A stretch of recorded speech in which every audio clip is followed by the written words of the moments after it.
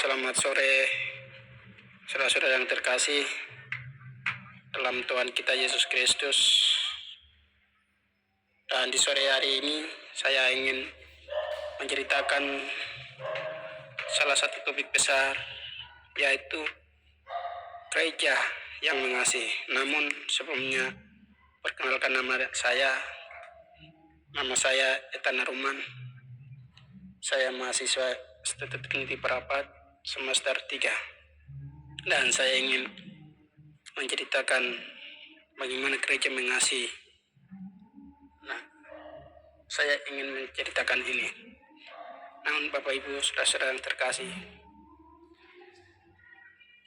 menjadi pertanyaan, gereja adalah apakah di kidung atau di hati?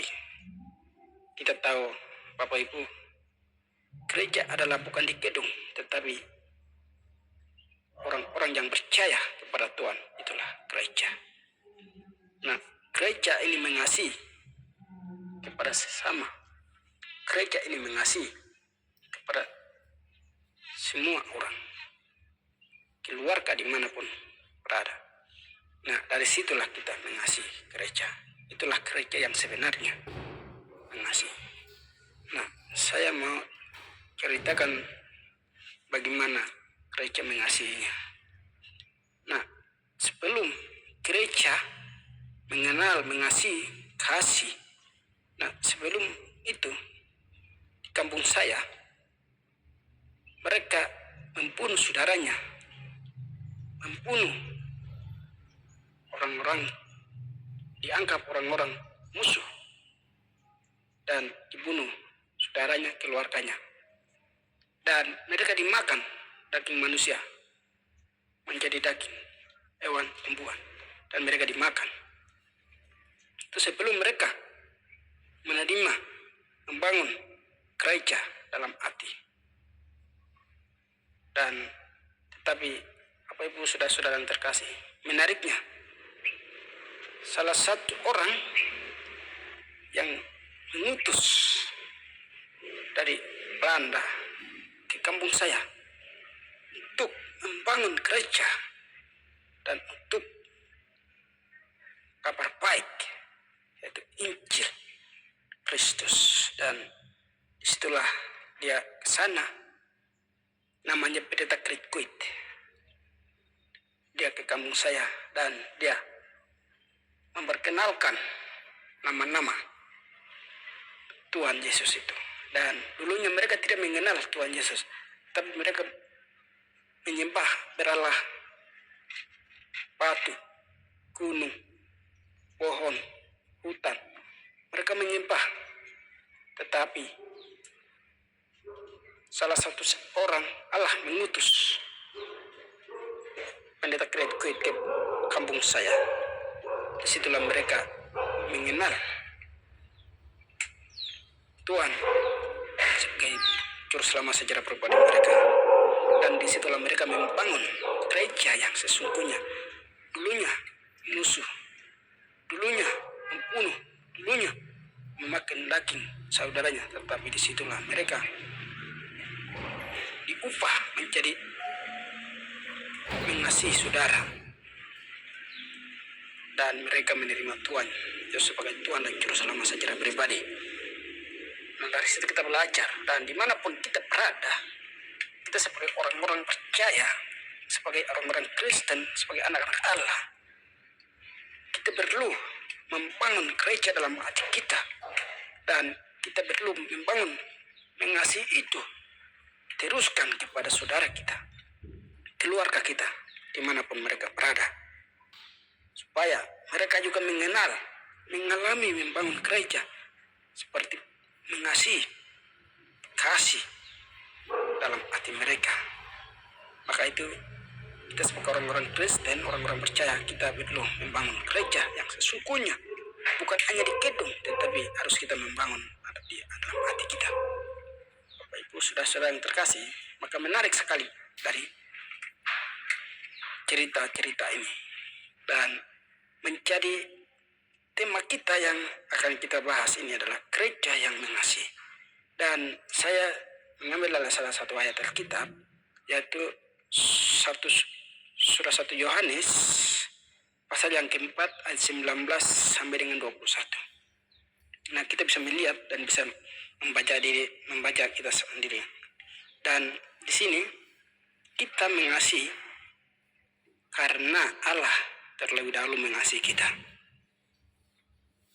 Jadi, saudara-saudara yang terkasih, jikalau seorang berkata, aku mengasihi Allah, dan ia membenci saudaranya, maka ia adalah pendusta. Karena barang siapa tidak mengasihi saudaranya yang dilihatnya, tidak mungkin mengasihi Allah yang tidak dilihatnya. Dan perintah ini kita terima dari Yesus. Barang siapa mengasihi Allah, ia harus juga mengasihi saudaranya. Nah, Bapak Ibu, saudara-saudara yang terkasih, kita di Indonesia adalah anugerah Tuhan bagi kita. Negara yang majemuk atau multikultur. Indonesia memiliki sekitar 1.340 suku bangsa. Terdapat kurang lebih 17.504 pulau yang termasuk dalam kedaulatan NKRI. Selain itu, ada sekitar 742 bahasa daerah yang digunakan masyarakat Indonesia. Kita mempunyai Pancasila sebagai dasar negara yang mengikat, mempersatukan, dan merekatkan semua. Kita memiliki kekayaan alam yang melimpah. Jumlah penduduk kita peringkat keempat dunia. Kita memiliki sangat nasionalisme, semangat kebangsaan yang kuat. Bhinneka Tunggal Ika, sekalipun berbeda-beda tetapi satu. Semua ini adalah pemberian yang indah, anugerah yang sangat berharga kata Tuhan, yang tidak memiliki oleh bangsa lain. Keunggulan yang dimiliki oleh bangsa Indonesia. Mesti dimanake dengan baik untuk mencapai masyarakat yang adil dan makmur, dan untuk mencapai tujuan negara yang mulia ini, berpulakan keadaan yang kondusif, aman, rukun, dan damai. Karena aman, rukun, karena ini adalah membangun gereja di hati kita, supaya membangun tekun, kuat, dan kita bersatu, karena kita membangun gereja ada di hati kita masing-masing. Bapak Ibu, saudara yang terkasih, masyarakat Kristen adalah bagian integral dari masyarakat Indonesia.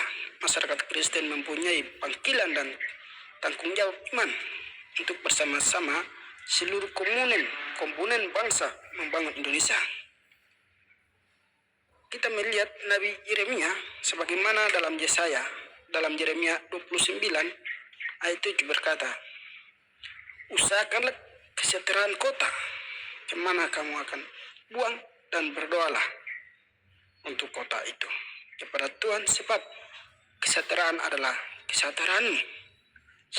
Nah, kita melihat di sini Bapak Ibu saudara, peran dan partisipasi untuk Kristen di Indonesia adalah wujud rasa syukur kepada Tuhan yang mengaruniakan tanah air Indonesia yang kita cintai, yang kita sayangi, yang kita tinggal, yang kita hidup di tanah ini.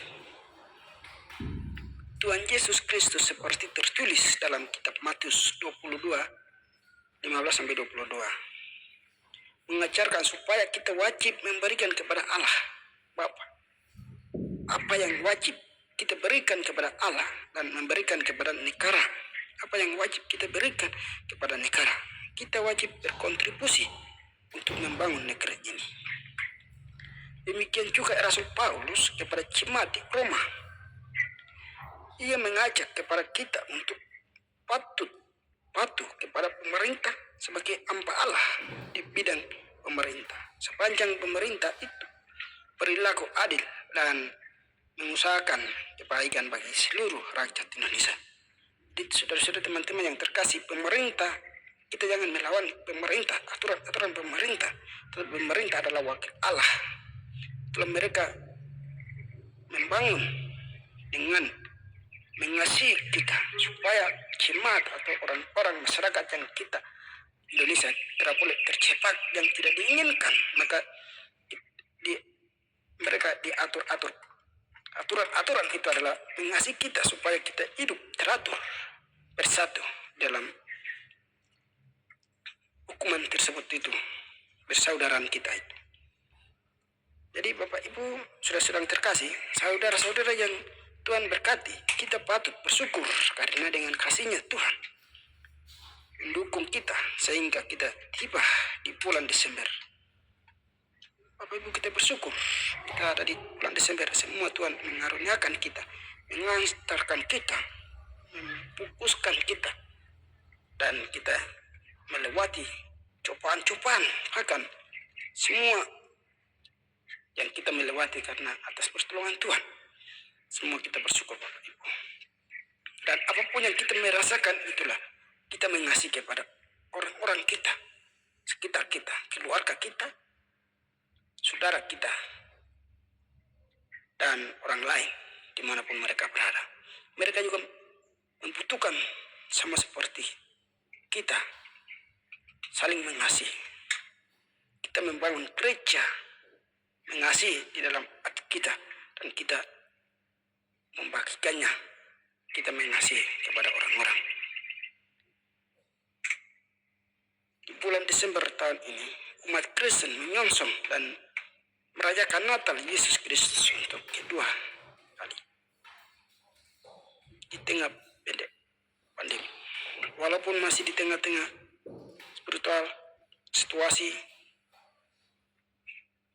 yang dibawa Yesus Kristus Sang Natal, kiranya tidak berkurang spiritual interaksi, dan itulah saling mengasihi. Karena Allah telah terlebih dahulu mengasihi kita, maka kita juga mengasihi sesama kita. Jadi Bapak Ibu, teman-teman yang terkasih, Natal adalah wujud kasih yang besar bagi umat manusia. Jangan sia-siakan Natal kita, jangan menjadi biasa-biasakan, tetapi Natal adalah wujud kasih. Allah mengasihi kita dengan caranya Yesus memberikan kepada kita. Maka kita ada di terang, maka kita bisa saling mengasihi karena Yesus, karena Allah terlebih dahulu mengasihi kita. Kita tahu Yohanes pasal 3 ayat 23. Yohanes pasal 6 ayat 23. Karena begitu besar kasih Allah akan di dunia ini, sehingga Ia telah mengaruniakan anaknya yang tunggal, supaya setiap orang yang percaya tidak binasa melainkan beroleh hidup yang kekal. Karena itu Allah mengasihi kita dengan anaknya satu-satunya. Dia berikan kepada kita dengan cuma-cuma supaya kita tidak binasa, tetapi kita beroleh hidup yang kekal. Maka kita sudah menerima beroleh hidup kekal, kita membagikan kepada teman-teman kita supaya mereka juga mengalami kasih, mengalami memperoleh keselamatan daripada Tuhan. Wujud kasih Allah yang besar bagi segenap alam semesta, bahkan kita. Jikalau Allah sedemikian mengasihi kita, maka haruslah kita juga saling mengasihi. Allah adalah kasih, dan orang yang beriman kepada Allah harus saling mengasihi.